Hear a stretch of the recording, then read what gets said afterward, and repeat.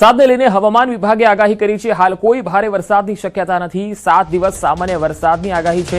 દક્ષિણ ગુજરાત અને સૌરાષ્ટ્રમાં વરસાદની આગાહી છે। બીજી તરફ હવામાન નિષ્ણાત અંબાલાલ પટેલે આગાહી કરી છે 28 અને 29 જૂને બંગાળ ઉપસાગરમાં હળવું દબાણ થશે। ગુજરાતના કેટલાક ભાગોમાં હળવો વરસાદ થવાની શક્યતા છે। અરવલ્લી ઉત્તર ગુજરાતમાં વરસાદની શક્યતા, મહીસાગરના ભાગોમાં ભારે વરસાદ થવાની શક્યતા। તો હવામાન નિષ્ણાત ચિરાગ શાહના જણાવ્યા મુજબ રાજ્યમાં સાર્વત્રિક વરસાદ માટે હજુ એક સપ્તાહ જેટલી રાહ જોવી પડી શકે છે। સુપર અલ્નીનોને લીધે ચોમાસું થોડું નબળું રહે તેવી શક્યતા છે। સામાન્ય કરતાં ઓછો વરસાદ થાય તેવી પણ શક્યતા। આ વર્ષે સાર્વત્રિક વરસાદ 15% ઓછો રહે તેવું અનુમાન ચિરાગ શાહે વ્યક્ત કર્યું। अगले 7 दिनों में गुजरात में भी आइसोलेटेड रेन होने की संभावना है, गुजरात रीजन सौराष्ट्र कच्छ में। लेकिन कोई वार्निंग जैसा कुछ है नहीं, हैवी रेन का भी 7 दिन तक पॉसिबिलिटी नहीं लग रही है। तो isolated rain light to moderate expected है अगले 7 दिन। जो डिस्ट्रिक्ट्स हैं मेनली जैसे नॉर्थ गुजरात है, साथ में साउथ गुजरात और सौराष्ट्र। सेंट्रल गुजरात में थोड़ी सी एक्टिविटी कम रहने की संभावना है। और ऐसे ही डे 2 से भी डे 7 भी साउथ गुजरात में ज़्यादा एक्सपेक्टेड है। और कोस्टल सौराष्ट्र में जिसमें अमरेली, भावनगर इत्यादि है वहाँ उम्मीद कर सकते हैं। जो कि अरब सागर शाखा અને બંગાળ ઉપસાગરની શાખા સક્રિય થાય તો સારો વરસાદ થવાની શક્યતા રહે છે। એટલે હવે 28-29 જૂનમાં બંગાળ ઉપસાગરમાં હવાનું હળવું દબાણ ઊભા થતાં બંગાળના ઉપસાગરની શાખા સક્રિય થતાં જ્યાં વરસાદ નથી થયો તેવા મધ્ય ગુજરાતના ભાગો, ઉત્તર ગુજરાતના ભાગો, સાબરકાંઠાના ભાગો, બનાસકાંઠાના ભાગો, અરવલ્લીના ભાગોમાં વરસાદ થવાની શક્યતા છે। કેટલાક ભાગમાં ભારે વરસાદ થવાની શક્યતા છે। મહીસાગરના ભાગમાં ભારે વરસાદ થવાની શક્યતા છે। કેટલાક ભાગમાં અતિ ભારે વરસાદ થવાની શક્યતા છે। 100 mm કરતાથી વધુ વરસાદ થવાની શક્યતા છે। આ ઉપરાંત વડોદરાના ભાગો, અમદાવાદ, ગાંધીનગરના ભાગોમાં પણ વરસાદ થવાની શક્યતા છે। પશ્ચિમ ઘાટમાં તો ભારે વરસાદ થવાની શક્યતા છે। દક્ષિણ ગુજરાતના કેટલાક ભાગમાં પૂરની સ્થિતિ આવે તેવો વરસાદ થવાની શક્યતા છે અને સૌરાષ્ટ્રના અન્ય ભાગોમાં પણ વરસાદ થવાની શક્યતા છે। આખા ગુજરાતમાં સત્તાવાર વરસાદ ક્યારે જોવા મળશે તો હજુ પણ આપણે લગભગ 1 વીક જેટલો સમયની રાહ જોવી પડશે ગુજરાતમાં પ્રોપર ચોમાસું પ્રસ્થાપિત થવા માટે। કારણ કે આપણે સુપર અલ્નીનોના કારણે આ વખતે ચોમાસું આપણું ઘણું 10 થી 15 દિવસ જેટલું મોડું છે। દક્ષિણ ગુજરાતમાં છે, વાપી છે, વલસાડ છે, સુરત છે, નવસારી છે, એની અંદર આપણે લગભગ 100% જેટલો વરસાદ જોવાની સંભાવના પૂરેપૂરી છે। સૌરાષ્ટ્રના તમામ વિસ્તારો, તમામ જિલ્લાઓ એટલે દ્વારકા લઈ લો, જામનગર, ભાવનગર, પોરબંદર છે, જુનાગઢ છે, એ બધાની અંદર આપણને 100% સુધીનો વરસાદ જોવા મળશે। કચ્છની અંદર પણ આપણને 90% ઉપરનો વરસાદ જોવા મળશે। પંચમહાલ અને દાહોદ ડિસ્ટ્રિક્ટમાં પણ આપણને 85-90% જેવો વરસાદ જોવા મળશે। ખાલી ઉત્તર ગુજરાત અને મધ્ય ગુજરાત એની અંદર જ આપણને જે વરસાદની જે ઘટ જોવા મળશે એ લગભગ 15 થી 20% રહેશે। નર્મદામાં 108 ટીમની સરાહનીય કામગીરી। ડેડિયાપાડાના પૂર્વ પટ્ટી વિસ્તારમાં ધોધમાર વરસાદ અને કાદવ ભર્યા રસ્તાઓને કારણે 108 ઘટના સ્થળે પહોંચી શકી નહોતી, જેને લઈ 108ના પાયલોટ મેહુલ વસાવા અને EMT સુનિલ રાઠવાએ ફરજ નિષ્ઠા દાખવી દર્દીને જોડીમાં બેસાડી પગપાળા રસ્તો પાર કરીને એમ્બ્યુલન્સ સુધી પહોંચાડ્યો। બાદમાં તાત્કાલિક સારવાર માટે હોસ્પિટલમાં ખસેડ્યો। ભારે વરસાદ વચ્ચે માનવતાનું ઉત્તમ ઉદાહરણ પૂરું પાડનાર બંને કર્મચારીઓની સ્થાનિક લોકો દ્વારા પ્રશંસા કરવામાં આવી। વધુ માહિતી મેળવીએ સંવાદદાતા દીપક પટેલ નર્મદાથી જોડા છે। દીપક, 108ની આ સરાહનીય કામગીરી, શું વધુ વિગત?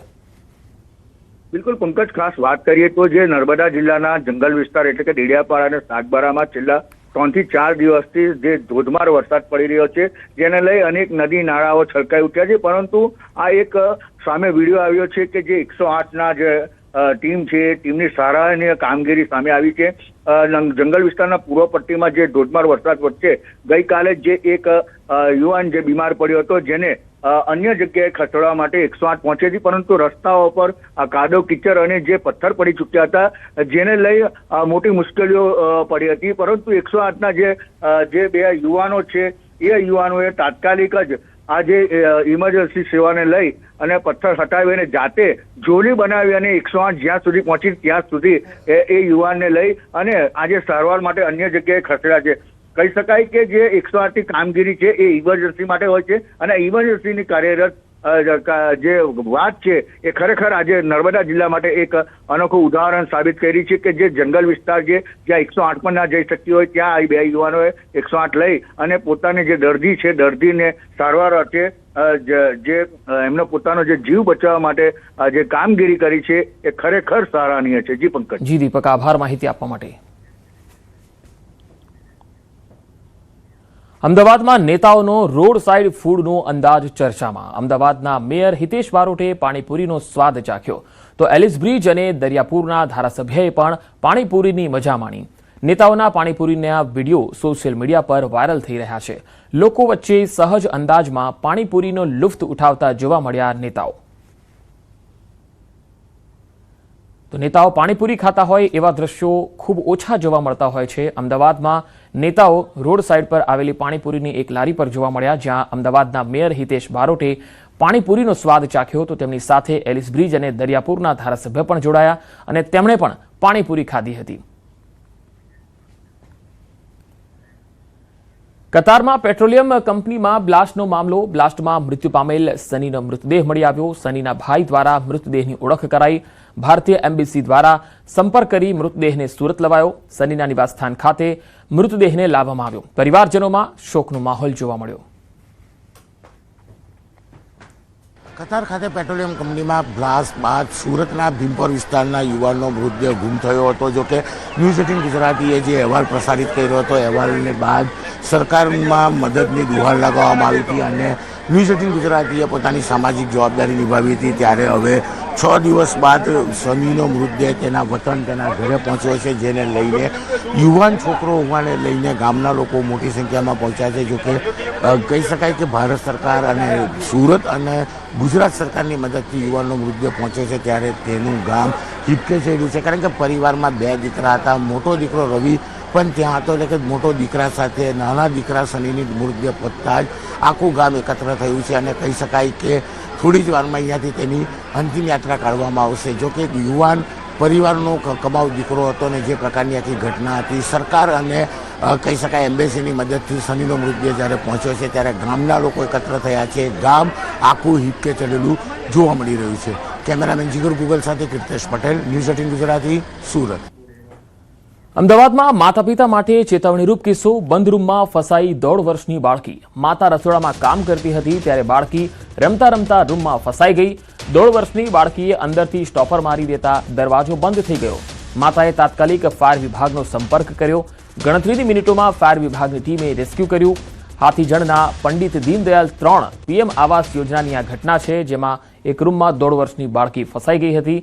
આખરે ફાયર બ્રિગેડના કર્મચારીઓ ત્યાં આવ્યા અને વ્યવસ્થિત રીતે આ જે બાળકી હતી તેનું રેસ્ક્યુ કર્યું હતું. માતા રસોડામાં કામ કરતી હતી. એ દરમિયાન આ બાળકી રમતા રમતા રૂમની અંદર જતી રહી અને અંદરથી તેણે સ્ટોપર મારી દીધી. ડીઆરઆઈની સુરત ટીમે રેલવે સ્ટેશન પર દરોડા પાડ્યા. બાતમીના આધારે દિલ્હીથી મુંબઈ જઈ રહેલી ટ્રેનમાંથી અંદાજે 2 કિલોગ્રામ જેટલો શુદ્ધ કોકઈનનો જથ્થો જપ્ત કરાયો. પકડાયેલ ડ્રગ્સના આ જથ્થાની આંતરરાષ્ટ્રીય બ્લેક માર્કેટમાં કિંમત 20 કરોડ જેટલી છે. આ મામલે ડીઆરઆઈએ એક ડ્રગ કેરિયર મુસાફરની ધરપકડ કરી મોટા નેટવર્કનો પણ પર્દાફાશ કરવા તપાસ હાથ ધરી છે. દિલ્હીથી આ ડ્રગ્સ માત્ર એક કેરિયર તરીકે લઈને નીકળ્યો હતો. આ જથ્થો તેને મુંબઈ પહોંચાડવાનો હતો અને ત્યાં કોઈ અન્ય એજન્ટને સોંપવાનો હતો. હાલમાં આ ડ્રગ્સનો મુખ્ય સોર્સ કયો છે, દિલ્હીમાં આ કિંમતી ડ્રગ્સ તેણે કોણે આપ્યું, મુંબઈમાં આ કલેક્શન કોણ લેવાનું હતું, એ દિશામાં આરોપીની પૂછપરછ કરવામાં આવી. રાજકોટમાં આપ કાર્યકર્તા શંકાસ્પદ મોતનો મામલો ગરમાયો છે. નંદિની બોસામિયાના મોત મામલે તપાસનો ધમધમાટ. રાષ્ટ્રીય મહિલા આયોગે ગંભીર નોંધ લીધી છે. ગુજરાત પોલીસ વડાને તાકીદની નોટિસ પાઠવી છે. રહસ્યમય મોત અંગે 7 દિવસમાં વિગતવાર રિપોર્ટ માંગ્યો છે. મહત્વનું છે કે આપ કાર્યકર્તા નંદિની બોસામિયાના શંકાસ્પદ મોતને લઈ પરિવારજનોએ શારીરિક, માનસિક અને આર્થિક શોષણ કરાયું હોવાનો આરોપ લગાવ્યો હતો. યુવતી પર કથિત રીતે દબાણપૂર્વક ચોક્કસ પ્રકારની સર્જરી કરાવાઈ હોવાનો પણ આક્ષેપ હતો. મહિલા આયોગે આ મામલે યોગ્ય કલમો હેઠળ ત્વરિત એફઆઈઆર નોંધી અને જવાબદાર આરોપીઓને વહેલી તકે ઝડપી લેવા આદેશ આપ્યા. સાથે જ ચોક્કસ કારણો બહાર લાવવા માટે નિષ્ણાત ડોક્ટરોની પેનલ દ્વારા વ્યાપક ફોરેન્સિક પોસ્ટમોર્ટમ કરાવવા નિર્દેશ પણ કરાયો. સુરતમાં નાસિરનગર ડિમોલિશન મામલે તંત્ર હરકતમાં આવ્યું છે. હાઈકોર્ટની ફટકાર બાદ સુરત મહાનગરપાલિકા હરકતમાં આવ્યું. Central zone incharge assistant municipal commissioner DD પટેલે આદેશ કર્યો. વૈકલ્પિક વસવાટની વ્યવસ્થાનો આદેશ અપાયો છે. નાસિરનગરના અસરગ્રસ્તોને હંગામી ધોરણે ભરીમાતા કોમ્યુનિટી હોલમાં રખાશે. કોમ્યુનિટી હોલમાં વીજળી, પાણી અને પંખા, લાઇટ અને શૌચાલયની સુવિધા જે છે એ ઉપલબ્ધ કરાવાશે. અસરગ્રસ્ત પરિવારોને તાત્કાલિક ભરીમાતા કોમ્યુનિટી હોલમાં શિફ્ટ કરવાની તંત્રને સૂચના અપાઈ છે.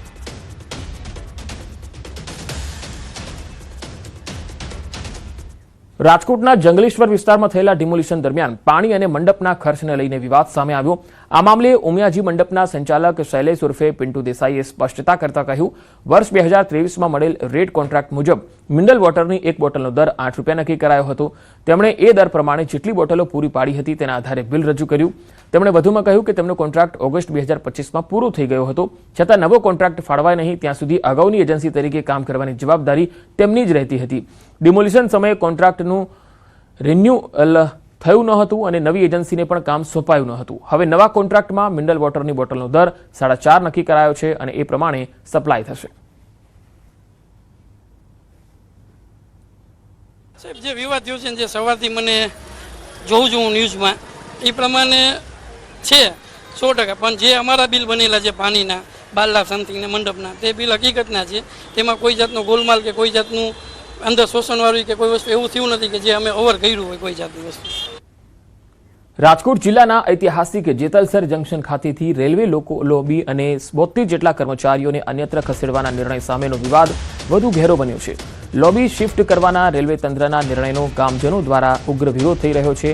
અગાઉ રેલવેના જનરલ મેનેજરને આપવામાં આવેલી આંદોલનની ચીમકીનો સમય પૂરો થતાં જ ધારાસભ્ય જયેશ રાદડિયાએ સીધા જેતલસર પહોંચીને ગામજનો સાથે મહત્વની બેઠક કરી અને સ્થિતિની સમીક્ષા કરી. ધારાસભ્ય જયેશ રાદડિયાએ રેલવે પ્રશાસનને ચેતવણી આપતા કહ્યું કે જો એક ઓર્ડર કાઢ્યા બાદ તંત્ર દ્વારા ફરી કોઈ વિલંબ થશે તો અમે આંદોલન કરીશું.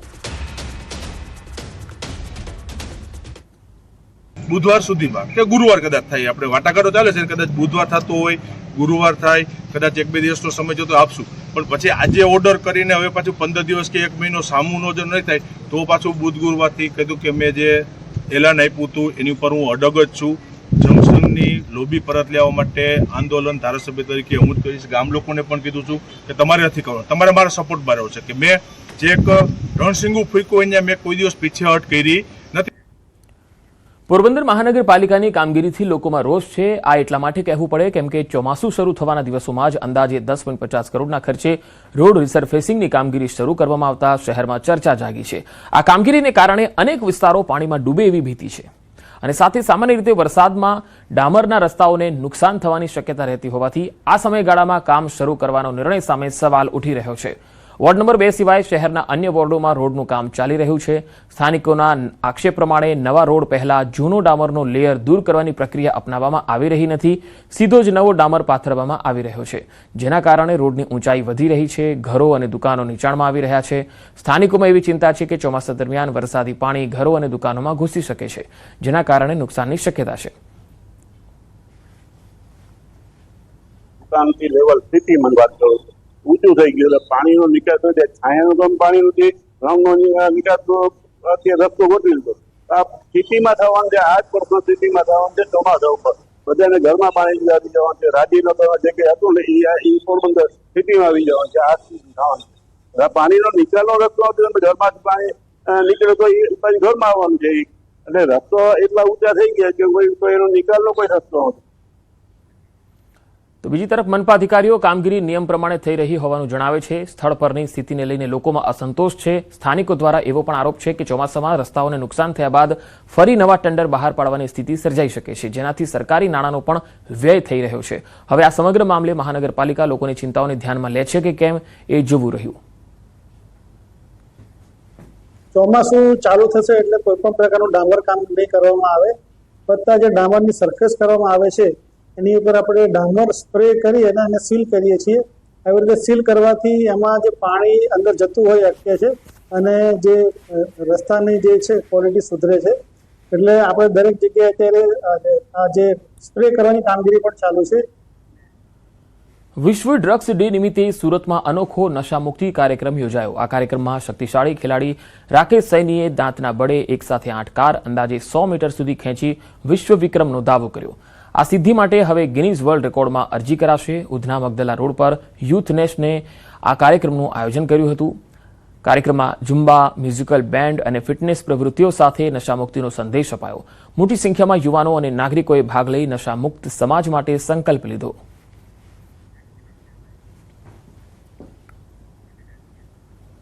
અમદાવાદમાં વધુ એક ભૂવો પડ્યો. ગોદરેજ ગાર્ડન સિટી 4 રસ્તા પર ભૂવો પડ્યો. ચોમાસા પહેલા રસ્તા પર જોખમ વધ્યું છે. ભૂવાના કારણે વાહન ચાલકોને મુશ્કેલી પડી.